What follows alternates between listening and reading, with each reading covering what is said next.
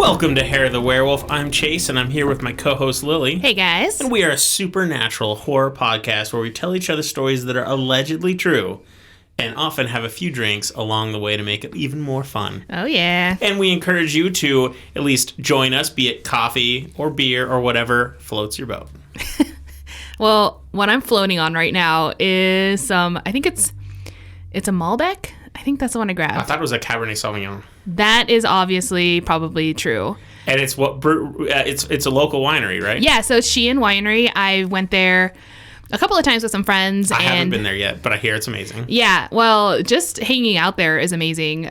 So anyway, yeah, that's what I'm drinking. We have a friend getting married there soon, so I will be able to see it, which I'm pretty excited about. So you'll finally get to meet some of the people that I think they're starting to think I made you up at some point. Like there's some people that I've known for years and they've never met you. Well, so it's just like a different friend group, I guess. It worked out that way. I don't know. As far as I'm concerned, I'm a pretty awesome imaginary husband. I do a really good impression of you, I suppose. And I'm super excited today because I am drinking a Guinness. Now, it's not a normal Guinness. It's a non-alcoholic Guinness. I found it at the store the other day, and it looks exactly like regular Guinness, except it has a little bit of like a blue line and the writing saying non-alcoholic, but otherwise it looks just like a Guinness. So don't confuse it with other non-alcoholic beers, even ones made and owned by Guinness. This is Guinness. And we, on St. Paddy's Day, we put them side by side with a real can of Guinness and this one so we could taste both and see how close it is. And I gotta say, I was blown away by how close to the original this tasted. Yeah, even I have to say, like, I could barely tell the difference. Now, the regular Guinness is a little more bitter. And it has a cleaner finish. Yeah. So the non-alcohol one is slightly less bitter, and the finish is just falls a little bit flat. That said, I'm pretty sure, especially if I was like a beer or two in and someone handed me this, I would just be like, oh, it's a Guinness, and I wouldn't be able to tell the difference. Not after like a couple of drinks. Absolutely not. And I want you guys to believe my opinion, because for those of you that don't know me, Guinness is the beer that turned me from a beer hater into a beer lover when I was like 19 in college. Yeah. Oh, by the way, wait until you're 21 to drink. I mean, 21. Yeah. So I've been drinking it for getting close to 20 years. I love Guinness. I've had it regularly. And you and me have even been to the Guinness Brewery in Dublin and drank a fresh pint on their like balcony bar and everything like that. Yeah. So I really like Guinness. So for me to say this non-alcoholic Guinness is shockingly good, I totally mean it. Even if you're just trying to hang. That's a good beer to have in between so you don't like get too drunk or something, you know? Right. The hydrator. It's perfect. Yeah, exactly. And on that note, we hope you guys had a good St. Paddy's Day, and that's assuming you do anything at all. And if not, I still hope it was a good day for you. So yeah, is there any other updates that I'm trying to think of that I can't at this moment? I think we still haven't seen the new Scream movie, but I'm starting to see ads that it's coming to streaming service, but I think it's coming to Paramount Plus, which it will be a cold day in hell before I buy that service. So. Right. We're just going to have to buy it through Amazon streaming, which is fine. Everyone told us it's good, so. Yeah, I'm pretty upset that we haven't seen it, but also I understand, and I'm basically being pretty forgiving of myself of why we haven't gone to see it. It's just been insane. But anyway, okay. So I guess since we have not seen the movie or done anything particularly interesting, I suppose we can get back into our stories. And yours looks sizable, so hit me. Yeah, it's not... I don't know. I thought I had a lot of fun doing this one because at first I was having a hard time finding a story, not for lack of inspiration. If anything, there were too many options because what I wanted to focus on is make it St. Paddy's Day appropriate. And, I was like, okay, let's do something haunted pubs or some sort of like hotel that's in Dublin or whatnot.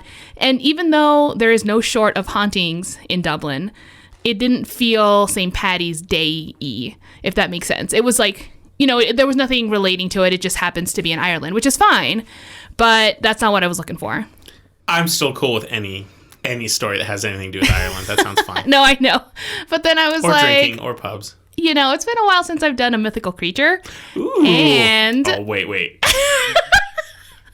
Are you doing the Leprechaun? I'm doing the Legend of the Leprechaun. The legend that inspired the movie that shot Jennifer Aniston to fame? That very movie that you're describing, yes. If it weren't for that movie, no one would know who she was. I mean, I don't know her in anything else, so... This is exactly what we're doing. So when I went into it, I'm like, I think I know a lot about it, but who knows? And I did not know because I was pleasantly surprised and I learned quite a bit myself. So all right. Here we go. And I just want to thank PBS and their channel Storied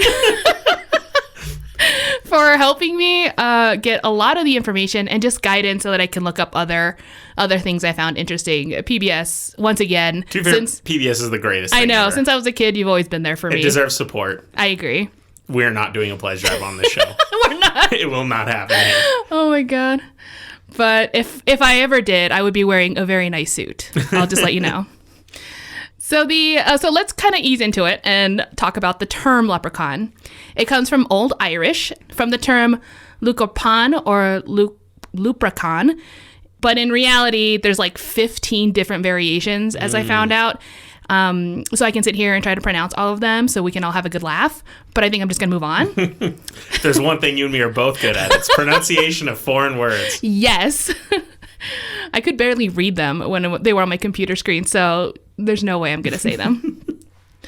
Now, they're often classified as being, a fairy, but with a few other distinctive characteristics that doesn't fully make them a fairy. Like one of them is that they love living alone. And it's very, very rare to come across two leprechauns or find them socializing with other fairies. Okay. These creatures have also been described as evil spirits and degenerate fairies that is neither completely good or completely evil.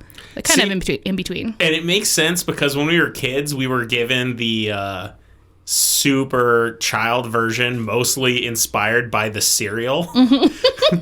Of this like happy little guy, and he was like, oh yeah, and I'm off on my own. But as you got older, everything that we started getting exposed to was leprechauns are not a pleasant thing in general. No, they're not. Yeah, they're not really meant to be your friend. Yeah. That's basically... They don't want to be near you. Not really.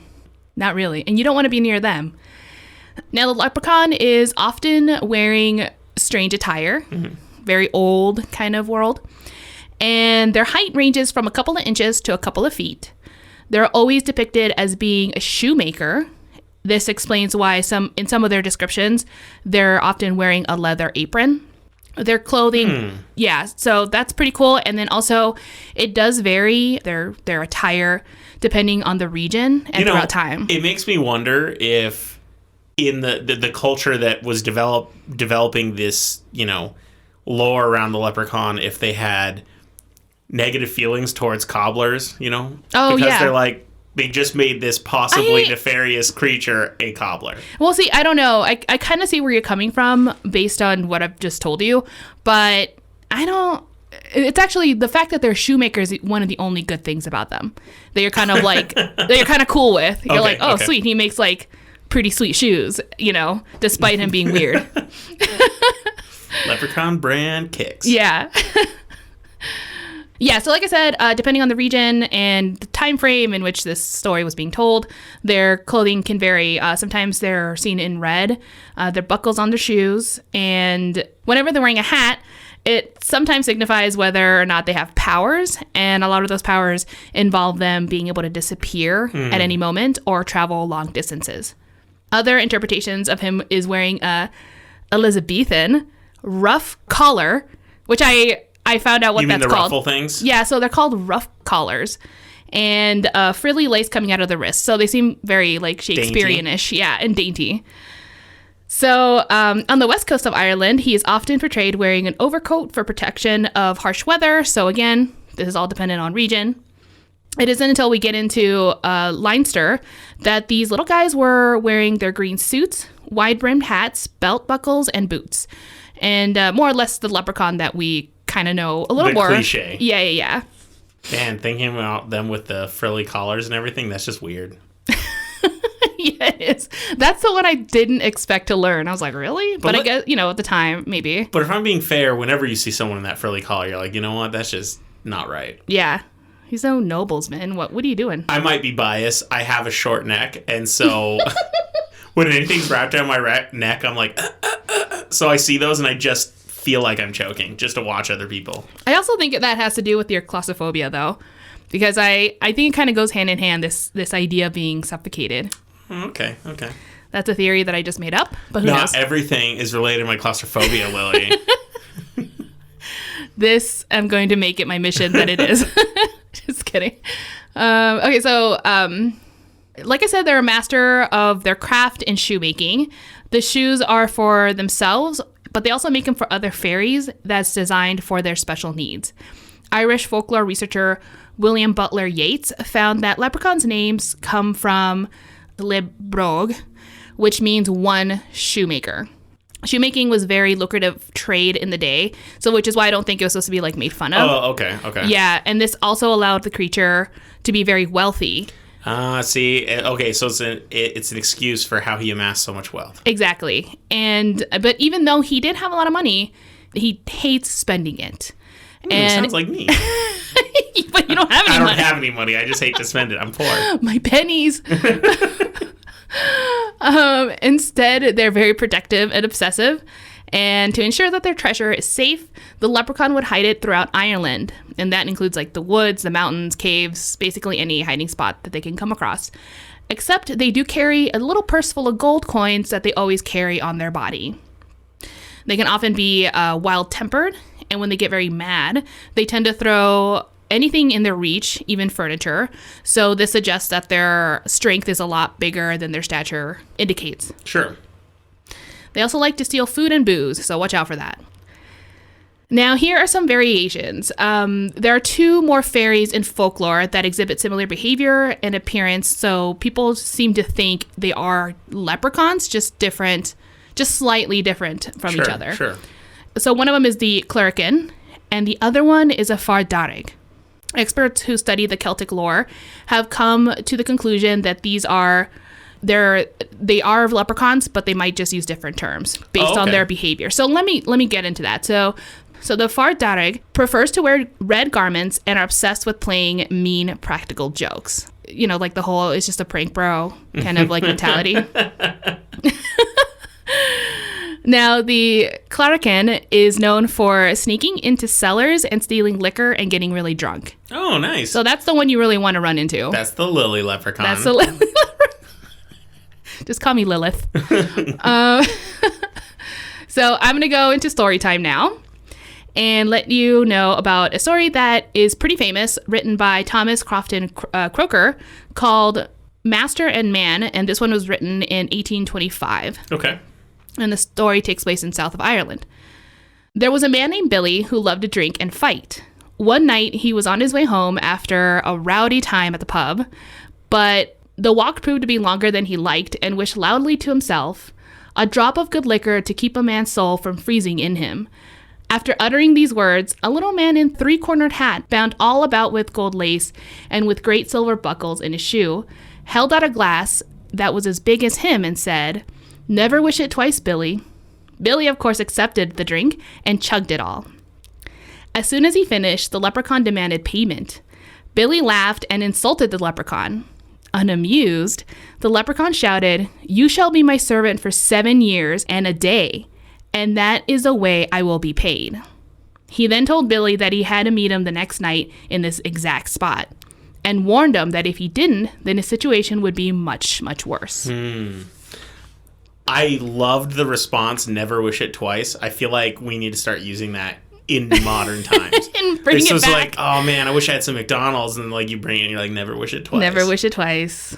Except wish for something better than McDonald's. Come on. I mean, at this point, if you're wishing, why would you wish this? Okay. So it goes on that for whatever reason, this really freaked out Billy and agreed to the terms. Years passed, and Billy served the leprechaun and did his biddings. Some of these orders included breaking and entering people's homes and retrieving items. Billy also helped the leprechaun to break into cellars of rich men and drink all the beer and wine their stomachs could hold. That just seems like a perk of the job. Oh, yeah. Absolutely. So this is kind of what a lot of people expect when they come in contact with a leprechaun. Absolutely. But there is a way to switch it around on them. Okay. A human can turn the tables by capturing the leprechaun and hold him captive until they give up their treasure. However, the leprechaun will do anything to keep its gold and will attempt to entice the captor with another offer, like granting 3 wishes. Sure. This is, of course, a trick because if the person accepts the 3 wishes, the leprechaun will dress up the offer with riddles as a way to trick and confuse their captor, leading to their freedom. Okay. Now, once the leprechaun is free, the human loses out on all wishes and possibly getting the treasure. So you're just kind of screwing yourself. It's kind of like the greed of man. It's sort of like a life lesson, but also to explain how humans actually can be sometimes. Now, there's a story called The Little Shoe, and in this story, it tells a man who was actually able to capture the leprechaun. So after a day of hard work, a man began to head towards his stables to finish up the day. As he was approaching the door, he heard hammering and someone whistling the most beautiful tune he had ever heard. He knew it must have been a clerican and decided to capture the creature. He's like, this one's mine. Wow, that's so beautiful sounding. That ain't no human. That's gotta be a creature. Yeah, and it's gotta be mine. He opened the door slowly and peered carefully inside, looking for the little fellow. He spotted him standing under a horse, and he saw that he was wearing a red nightcap and leather apron, all the while making a shoe. Enveloped in his work, the leprechaun never noticed the man approach from behind, and so he was able to be captured. Still holding the leprechaun with his bare hands, the man demanded all the gold in his purse. The leprechaun cried and agreed, but told him that he needed to loosen his grip so that he can get it for him. As soon as the man complied, the leprechaun was able to wiggle his way out and escape, all the while laughing and mocking the man for his foolishness. However, the leprechaun left the shoe he was working on behind. The man took the shoe and was enraptured by its beauty and then decided to keep it for the rest of his life. So it's kind of the... I always feel like we come off really bad in these stories. Absolutely. But I mean, that must be one hell of a shoe. Yeah. I mean, to be that obsessed with it, I'm just imagining Carrie from Sex and the City and like how she covets shoes. I mean, usually in folklore, when you hear about a shoe, it's always Cinderella. But I would have thought this guy's just like, I don't need to be rich. I have one shoe. He's like, at least I have a shoe. Does he have both of them? And I'm pretty sure it's small, so he can't wear it. What if he's a foot fetishist? Ew, this story got really weird. Oh, gosh. So moving on. In Croker's book, he also mentioned that the Irish people also call these creatures pygmy people, indicating that these stories are based on real people of short stature. However, according to PBS, there's no archaeological evidence that these people had ever lived in the area. Mm-hmm. So there's not a likelihood that this was true as far as like they were just calling smaller people or whatever. And this is recent enough history that exactly there should be archaeological evidence. We're not talking about someone 100,000 years and not ago. just, and I don't mean like evidence like physical bodies being buried, but I mean even just tracking back historical like migrations and whatnot, that they're just like there isn't anything that we can find. Now, the earliest mention of the leprechaun was in the 7th or 8th century in a text called The Adventure of Fergus, Son of Letty. In the story, a king lays on the beach and falls asleep. When he wakes up, he realizes that he's being dragged into the ocean by 3 leprechauns. Holy cow. He's like, what the fuck? A struggle ensues, and the king manages to capture all 3 leprechauns. Begging to be released, they offer him 3 wishes in exchange. That's all I got from the story, and from what I understand, I think the king comes off good in this one. Like, I think he actually, since he's a royal, he's more honorable and like just accepts the wishes rather than all the gold, which makes sense because he's a king and probably has a ton of gold himself anyway. And okay, I have a couple thoughts. Okay. First off, maybe he wasn't a king when this happened, and he got 3 wishes, and now we all are like, that guy who was the king, because we know. We just saw the new Spider-Man movie, so the idea of rewriting history and everything, it's very fresh in my mind. It's very possible. My other thought is, if I woke up and 3 creatures, I don't care if they're 6 inches tall or 3 feet tall, are dragging me into the ocean, that's terrifying. That's so terrifying. Yeah. You're like, what did I do to you guys? I would just think they're aliens. I'm like, no. Don't drag me, bro. Yeah. There's also the legend of the Fairbolg, who were the 4th group to settle into Ireland. They were a small race that fled Greece after being enslaved for 230 years. They became the new rulers of Ireland, but it only lasted 37 years because it wasn't until the Tua De Dana, a supernatural race, came to Earth after they were banished from heaven. the Tua De Dana possessed magical powers and great knowledge. They built great settlements underground, and they hid their extraordinary amount of treasure that only a handful of humans were able to see. These magical creatures, including the Firbolg, are a blend of lore and history that people believed to be true up until the 17th century. A counter story of this history comes from the 5th century, which was created by the Christian Church. This religion was becoming more and more popular, and so history and the stories of these mythical creatures evolved into something evil. This is why a lot of the tales, the leprechaun is depicted as mischievous and even stealing babies to kill them or replacing them with fairy children, otherwise known as changelings. That makes sense, because if you're trying to make someone else believe it, you don't want to get rid of Christianity has you a want to history make it of bad. anti-paganism. Exactly. So, yeah, make all this up. Okay, this is so funny because so many things you're talking about relate to my story a little bit. Really? So this is, okay, anyway. Ooh, cute. But yes, so I mentioned the changeling, one of these creatures that I plan on doing in the future. They're one of my favorite mythical creatures I've ever read about. They're terrifying. They're so scary and they're so awesome, and I do want to do this in the future. So I'll talk about that eventually. Now, the leprechaun was more depicted as a creature from the dark underworld and sent to Earth to harm us. This is a very Christian interpretation again because of their belief of heaven and hell. So This makes a lot more sense. So let's talk about more of the evolution of the leprechaun. In 1772, when Irish soldiers were stationed in the U.S., they decided to celebrate the St. Patrick's Day, like the actual just saint, not like, what we know it as today. Oh, yeah. I mean, what we know today has nothing to do with the actual holiday. Exactly. They were just trying to celebrate the saint.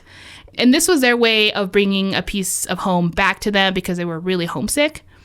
And by many, because of this, celebration is considered to be the first St. Patrick's Day celebration, and it was on U.S. soil. From then on, it kind of just took off on its mind of its own and flourished into a yearly celebration. And like anything else, it was taking into consideration that this could be a money-making idea. And this is one of the theories that the image of the leprechaun was just chosen to be this holiday's mascot. No other particular reason other than every holiday needs a mascot, and the leprechaun seemed fine to them. When I think about Santa and Christmas, and I think about the Easter Bunny and Easter, I don't actually picture leprechauns when I think of St. Patty's Day. Right. And I don't picture Uncle Sam when I think of the 4th of July. Yeah. And when it comes to Halloween, I guess I see a jack-o'-lantern in my head. I don't know if there's like a specific mascot for Halloween. All Halloween imagery. Which is, there's all these types of like classic characters. But I mean, are there any other holidays that have obvious mascots? I mean, I don't think of Cupids Christmas with has Santa. Valentine's Day. But yeah, I think Christmas and Easter are pretty much the only ones that have But it's not mascots. necessarily like it has to be, yes, this is the mascot. But like, for example, Christmas, even though we don't believe in Santa Claus, there is like this kind of understanding that if we see a Santa Claus, we're not thrown off by it, where it's a marketing ploy. It doesn't have to be physically in our house, but it has to be like a response, like a memory of some sort. Okay, that's fair. Yeah. Which actually, this whole like evolution of the leprechaun really reminded me when I covered Krampus, because it was basically its own folklore, with rich history and even interpretations. And then it wasn't until Christianity made him very evil, devil-like, and then somehow melded back into celebrating a saint, which is Santa Claus, and now it's just kind of a jolly imagery. But yeah, so it's very interesting, but like, it's kind of... So you'd say the holidays are bringing it back. The holidays are bringing it back. Yeah, exactly. Doing what they can to improve that image. So let's move forward to the 19th century and early 20th century. Now we start to see a rise in leprechaun popularity, including other Irish folktales. Now this is due to the mass Irish immigration to North America that occurred during the potato famine. So when I say it was popular, it doesn't mean that it was necessarily a good thing. Okay. Like any mass influx of immigration in most countries, there are also a massive backlash that resulted in the mistreatment of Irish immigrants. Sure. They were treated less than human and were literally seen as less than human by a lot of people.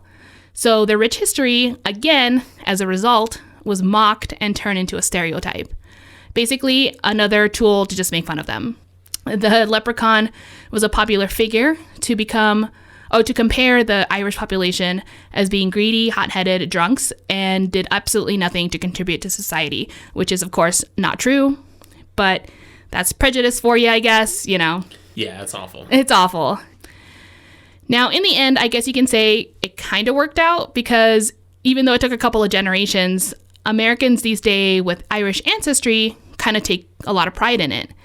Again, the consumerism saw an opportunity and did what they could to being Irish cool again, kind of thing. There's tons of books and websites that gear towards people that are interested in learning about their Irish roots.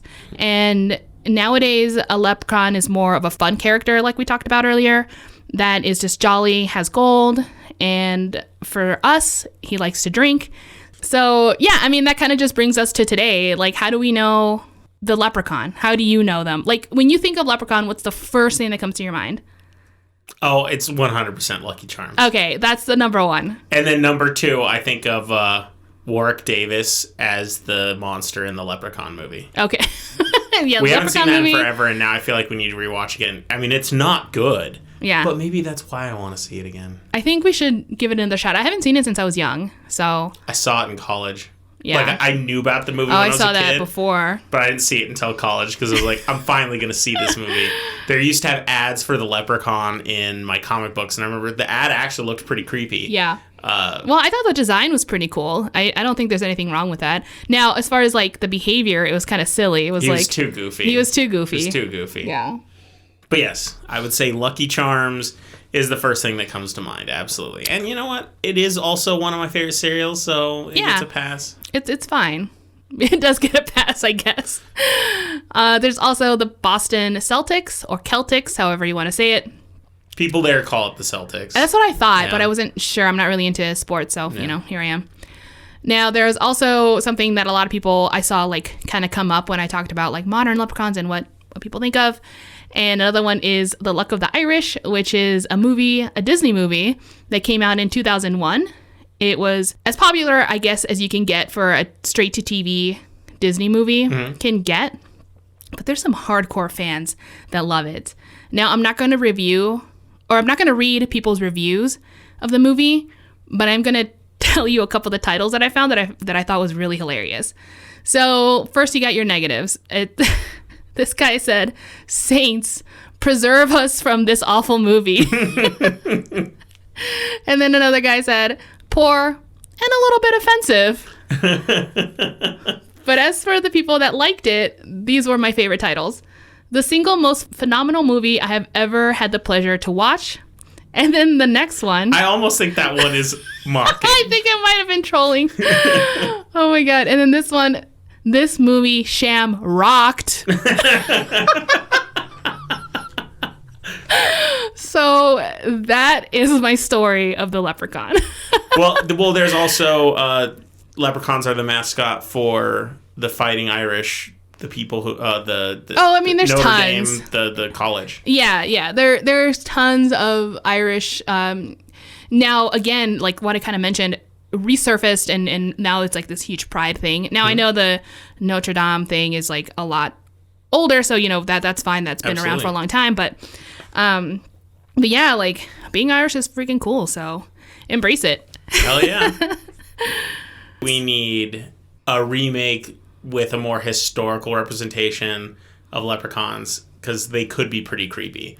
I think they can be very creepy, and I think they're little like mischievous fairies that get drunk and play pranks and everything like that. Yeah. Or drag you into the ocean. Yeah. Could be pretty interesting.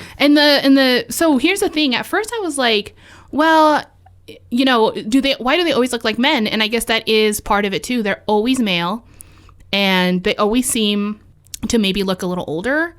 And yeah, so I don't know. I couldn't really find a lot of information of where they came from because again, they're very secretive. So the idea is like a lot of old mythological creatures, they kind of just come from the earth in a weird way, or they're ancient as F. Well, so we don't even know. Their representation could be like dwarves in Lord of the Rings, where they're like, even the women have beards. Yeah. It could just be the idea that it's a species that looks like this, but they're not actually old and they're not all men. Yeah. You never know. That's just the way they look. I'm still not convinced Gimli is male. And 90% of the time, how How often do you see a dog and you're like, oh, I know that's a guy or a girl? Yeah. If you've never met the dog before. It's a lot harder It's than you hard. think. I mean, you have your kind of like what possibly Disney movies put in your head. Like poodles are always girls and pit bulls are always boys. But that's so not the case, obviously. You know? Yeah, and I do realize I have been programmed. We've all been a by little the programmed. Disney It's crazy. movies to have these things. And I think I also have this default programming that I just assume all dogs are boys and all cats are girls. But I know Right. they're not that way because... I think I've actually known more male cats than I think I have female, too. but Yeah. I think it's a total Disney thing. They just did one of that those- to me. But Disney, man, they really shaped us here. Yeah, one of my favorite movies as a kid was called Milo and Otis, about a dog and a cat who were best friends, and the cat was maybe the cat was a boy. Yeah, maybe they were both boys. I was thinking that the cat was a girl, but anyway, that was a cute movie. So that was unrelated. So bringing it back. Believe it or not, my Guinness is non-alcoholic. So we're going to take a quick break because I need another one, and see you guys in a few.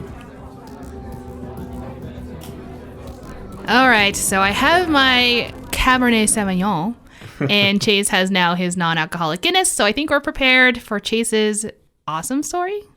Which takes place pretty close to yours, and at least in some of the time frames, and even deals with issues about Christianity. So, oh yeah, wow! So it's I guess it was just that kind of week. decently relevant. So it turns out that 19th century England was quite the hotspot for paranormal activity. Either that, or it was rife with paranoia and fear. If you recall, I covered Spring Heel Jack in episode 65. He, or it, was a creature who allegedly attacked women in London during the mid-1800s. He had claws, a terrifying mask, could jump extraordinary heights, and could breathe blue flames from his mouth. Wow, that sounds like a tongue twister. Breathe. Wait, one more time. Breathe blue flames. Breathe blue. Breathe blue flame. So you just breathe blue. That's hard to do. Oh man, why is that so hard? Okay, I don't know. sorry. I've never had that struggle before.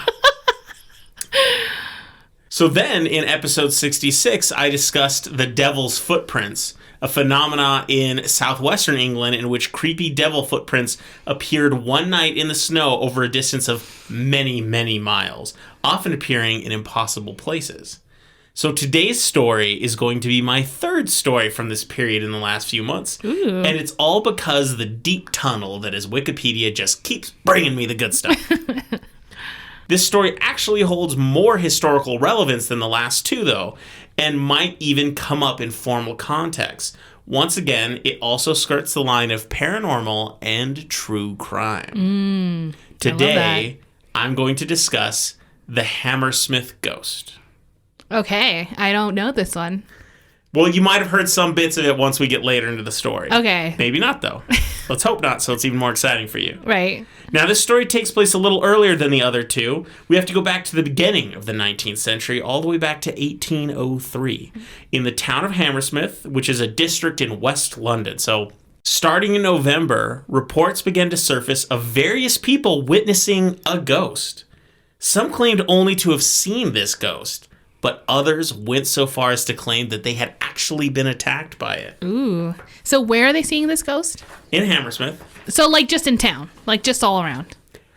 The rumors were kind of all over the place, but near a particular graveyard. Okay, that makes sense. Now, I know I just started this story, but I want to stop. And let's talk for a second about this attacking ghosts. Now, the concept of ghosts is complicated. Everyone has their own idea of a ghost, but even if you think about it, it might not be as defined as you think it is. But we have seen them represented in stories in many different ways.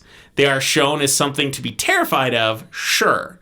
But how often have we seen them actually physically assaulting someone? Are we worried a ghost is going to punch us? I mean, seriously, they got attacked. How often when you see a ghost, you're like, oh man, he's going to freaking attack me? So I think it's interesting. I think you're right. So, when people are like, I don't want a ghost in my house, it's really scary. And it absolutely is, especially when they start breaking your shit. You're like, well, that's just fucking rude. But when feeling an actual threat, that's when it gets interesting, because what can a ghost do? And I don't know if any of us have, well, I'm sure some people have, but I don't know if I had really thought about it too in-depth. Now, I do know one of your favorite movies is Ghost, which stars, it's an 80s, or it's either late 80s or early 90s. Freaking love that movie. So it stars Patrick Swayze, Whoopi Goldberg, and a terrible haircut attached to Demi Moore. Right. And in that movie, he learns from another ghost how he can kind of physically interact with things, but only to a certain extent. He can't, like, walk over and pick up a phone or anything, but he can, like, move things with, like... He can, like, shove or he can pick up things, hard. But it takes a lot of concentration. Yeah, it's a very difficult thing. Yeah. But it's still very Hollywood. In general, I think we usually see ghosts, they could turn a light off, or maybe even break a light, or make a picture fall off the wall. The kinds of things where... if it happens, the kinds of things it could do feel like the kinds of things that if it happened and there wasn't a ghost, you might be able to rationale that, oh, the picture fell because the hook was kind of loose, or the light turned off or broke because it was just a crappy light and it was bad timing. That's the kind of stuff I usually think a ghost can do. It just leaves just enough to think maybe it's something else. You know, like it's so subtle, but still eerie enough where you're like, this isn't normal, but it could be this. It could be just a weird situation. Which is also why it's so easy for, if you don't believe in ghosts, to be able to go, hey, there's a rational explanation here. Right. Usually when you see someone levitating or weird stuff happening, we consider that demonic stuff. Right, that totally, and I think that's what people... are more afraid of. So when you have a ghost in your house, you're like, please don't be a demon. Exactly. So that's kind of where it comes from. You're like, just don't get any worse and we're good. Exactly. Yeah. So that's why I wanted to take a stop moment, because we just heard that people have been attacked by a ghost. Yeah. That assumes some sort of physical contact. That's a crazy ghost, if it's a ghost. So it kind of sounds like they're saying they were mugged by a ghost, which is a little bit weird. So we can go back to the story now that we've talked about how this is already sounding a little weird. Mm-hmm. The mysterious ghost that had been spotted around Hammersmith was described as being tall and possibly wearing a white jacket or cloak. Some reports even claimed to have seen horns, but that definitely seems to be just a couple, and I'm like, that's someone who just wants to be me too. I'm just saying that. Just saying it. Well, in that case, it's not a ghost, but anyway. It's such an atypical ghost feature to say horns. I'm like, there was just one person like, I saw a ghost and it had horns and a tail and it talked to me in a weird language. No. I was like, we need to revisit the definition of a ghost here, lady. It's like, stop drinking. Yeah. Stop drinking, Leprechaun. Now, this ghost often manifested as soon as the church clock struck 1 a.m. So it's a late night ghost, which is good, but it's before, the 3 o'clock or whatever it is. It's not at midnight and it's not at 3, so we're kind of, One specific incident of the ghost attacking was described by a servant named Thomas Groom. Quote, I was going through the churchyard between 8 and 9 o'clock with my jacket under my arm and my hands in my pocket when some person came from behind a tombstone, which there are 4 square in the yard, behind me, and caught me fast by the throat with both hands, and held me fast. My fellow servant, who was going on before, heard me scuffling, asked what was the matter, then, whatever it was, gave me a twist around, and I saw nothing. I gave a bit of a push out with my fist, and felt something soft like a great coat. End quote. That's cool. As the report of these ghost sightings and attacks began to pile up, people began to suspect that this ghost was the result of a suicide victim who had been buried in the nearby St. Paul's churchyard. In Christianity, suicide is a very tricky subject. So, not to turn this into a religious history class at all, we can just say that in an attempt to stop a lot of various behaviors involving suicide, suicide was deemed a secular crime in the 6th century. It was not in original Christianity. Because they were promising all these amazing things to get to heaven, and people were living in such squalor that they were like, well, screw this life. Clearly, there's a better one waiting for me. Yeah. And then, unfortunately, the suicide rates came up. Now, that's not to say that people weren't just suicidal because they were living in shit, and they're like, fuck it anyway. I don't care if we don't come back. There were a whole lot of reasons people were committing suicide. There was also this forced martyrdom where they would attack someone on the street in the hopes that they would be killed so that they could become martyrs and stuff. Right. There was a lot of behavior in early Christianity that meant suicide rates were high. And it's really hard for religion to grow if your people keep killing themselves. So anyway, around the 6th century, it was deemed a secular crime, and in 1533, it was declared that all suicides would not be allowed a Christian burial. Now, modern views on suicide are a much more complex issue. It's definitely been something in the last 50 years that is talked about and discussed from a religious context very differently. But the reason I brought that up is you need to know where people's minds were here in the early 1800s in England. Yeah. This is a Protestant country. Suicide is very much a taboo thing here. So for them to think that this ghost belonged to a suicide not only suggests that this ghost is it's a bad thing. It confirmed why it would be bad. Yeah. It's just, the unrest soul. Exactly. So it's just another reason that people are going to get more upset about it. Mm-hmm. And the fact that this man committed suicide and was buried on church ground has been seen as a very bad thing. His soul was troubled, and they think that maybe people being attacked, it's just, all a result of this slight. Now, it wasn't long before these stories began to become more serious. A story whose validity cannot be verified but is repeated regularly claimed that a pregnant woman was walking through the churchyard one night. The ghostly figure rose up from behind a tombstone and grabbed her, leading her to faint. Nearby neighbors found her and brought her to her home, but later that night she allegedly passed away from fright. Oh. Now, you don't often hear people being scared to death nowadays. Right. But back in yonder times, apparently this was a very common thing. You're like, what could kill you? A lot of things. You could die in childbirth. You could die if you eat the wrong food. You could be scared to death. You could have had literally an aneurysm. Fright. Yeah. Fright. Exactly. And then there was another report that claimed the ghost appeared near a wagon coach, and it terrified the driver of said wagon so much that he actually jumped off the carriage and fled on foot, never to return, abandoning 16 people who were within the carriage. Oh, man. There's a bunch of horses and all these people, and he was so scared he just ran. So did these people see anything, or they were like, what the hell, dude? I don't know if we know any of that information. Well, they didn't run away scared. But okay. that did, because I think they were in the carriage and they were probably, it's kind of like an Uber ride going to the bars. Sure. Everyone's just hanging out and talking. It's like a limo party, and you're like, damn. But the driver's out cold on top, and he's just scared and he runs away. He's like, oh, they're rich, they can die. Yeah, right. As was the case with Spring-Heeled Jack, many people began to patrol the streets in an effort to find this mysterious ghost attacker. On December 29th, a night watchman named William Gurlder, maybe it's Gurlder, claims to have given chase to the alleged ghost, but the ghost ditched its white coat, allowing it to evade capture in the darkness of the night. That right there sets off a bell. Yeah. Maybe it's not a ghost. Maybe because ghosts usually can't just be like, oh, peace, I got rid of my coat and I disappear. Yeah. It's not really the way we see most ghosts. It all came to a fever pitch on the night of January 3rd, 1804.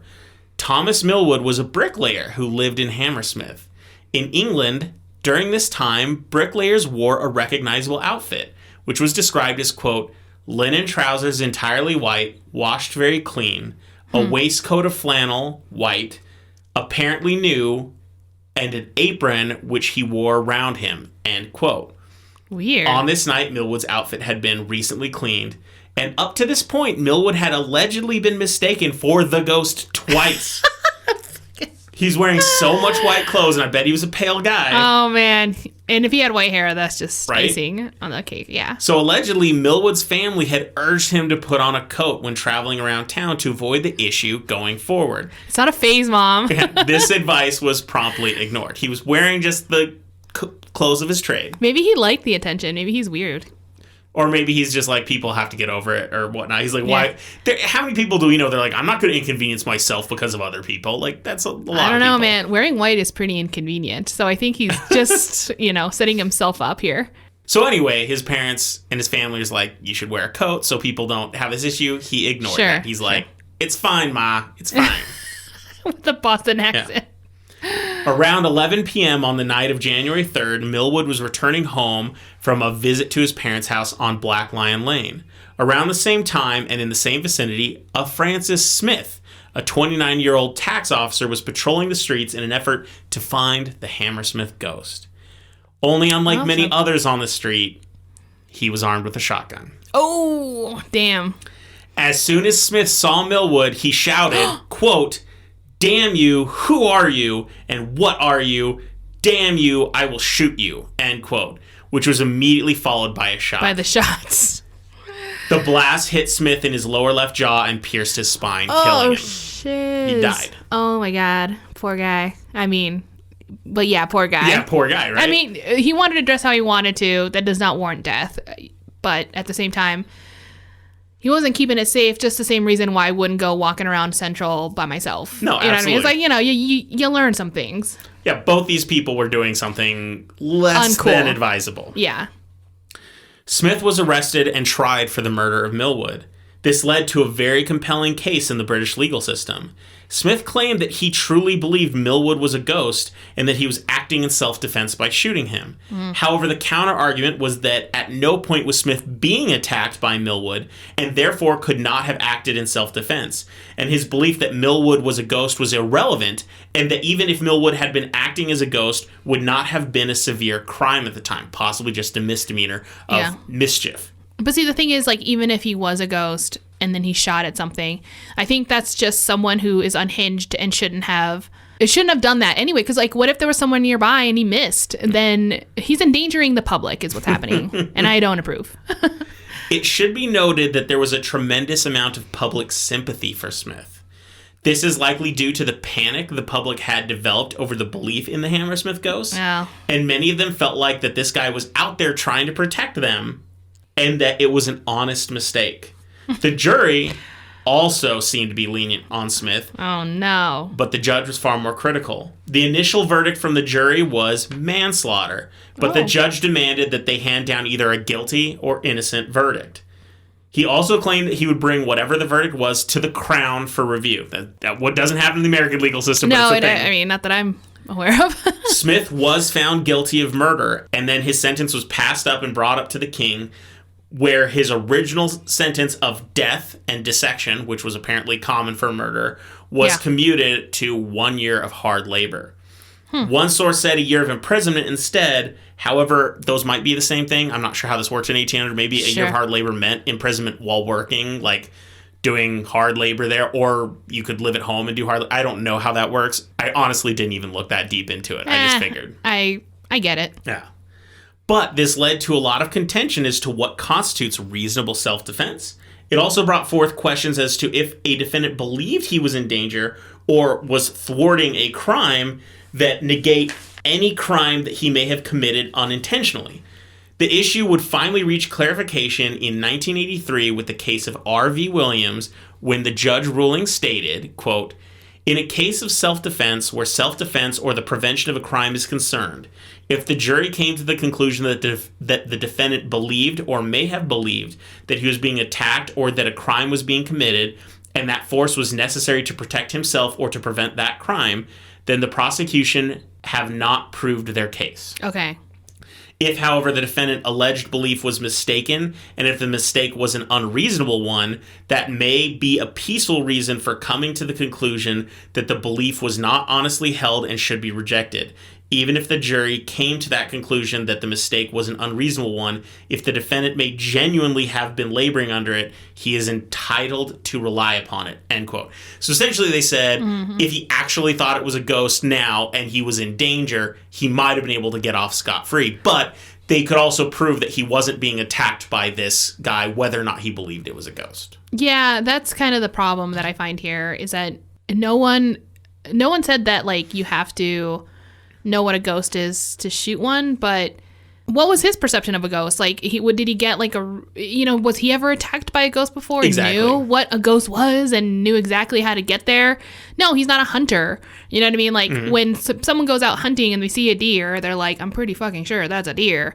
But when you see a ghost that you think is a ghost, that's so, I don't know, very, very different to even each human being. And I think, so the case that happened in the 80s wasn't about a ghost, but I think if you tried to make a court case saying, I thought he was a real ghost, you would have to prove to some level of believability that ghosts did exist for that to actually That's what I was be going to say. considered a You have to, rational like, thing. prove why you believe in ghosts. Like, do they exist? And what was your mindset before the crime? Did you, because if someone's like, he always said how he never believed in ghosts, then I think you're a murderer. Yeah. You know? And the way people would have felt about this in 1803 is very different than they would now. There's the public mindset that this is one of those things that's just very interesting. But yeah, we had a self-defense case, and the guy's like, I thought I was shooting a ghost. Right. And it's just a very weird thing, but it was a real legal issue. This is like how some laws are made where you're like, I didn't even know that was a law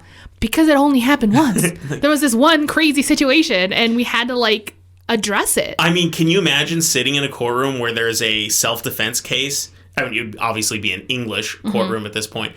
And you would actually have the lawyer bring up how in the 1800s a guy thought he was shooting a ghost. And you're just like, wow, this is really happening. And I want that lawyer to defend me in the future because damn. So, but what about the alleged real ghost that was haunting Hammersmith?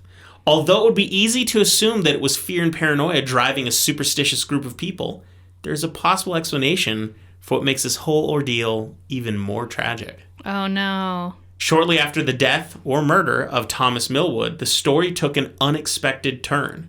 John Graham was a cobbler in the area. Ooh, cobbler, like the leprechauns from the previous story. He claimed that many of the apprentices that worked under him had been scaring his children by telling them outlandish stories of ghosts and other terrifying things. In an effort to teach the apprentices a lesson, he wrapped himself in a white tablecloth and attempted to scare them. Apparently something he repeated over several nights in the area. Oh, shoot. Okay. Although I would personally venture to guess that this story about scaring his apprentices as a way of teaching them a lesson was possibly a fabrication. I think it is very possible that Graham was scared of the backlash from his admission, so he attempted to make it sound less sinister, like he had noble intentions. But he might have actually just been going out there like a crazy person. He might have just been a prick going out to scare people for shits and giggles. Just a prank, 1 a.m. when you have a job and kids. Yeah. I mean, I don't know how it was in 1803, but that's a hard thing to do now, just saying. He's starting to sound like a Ferdarig right now. So there's a good chance that after those happened, he thought about and tried to create some sort of story to make it seem like, I didn't mean to. Right. Despite his admission of guilt, many Londoners' minds were set on believing that there was, in fact, a real ghost in Hammersmith.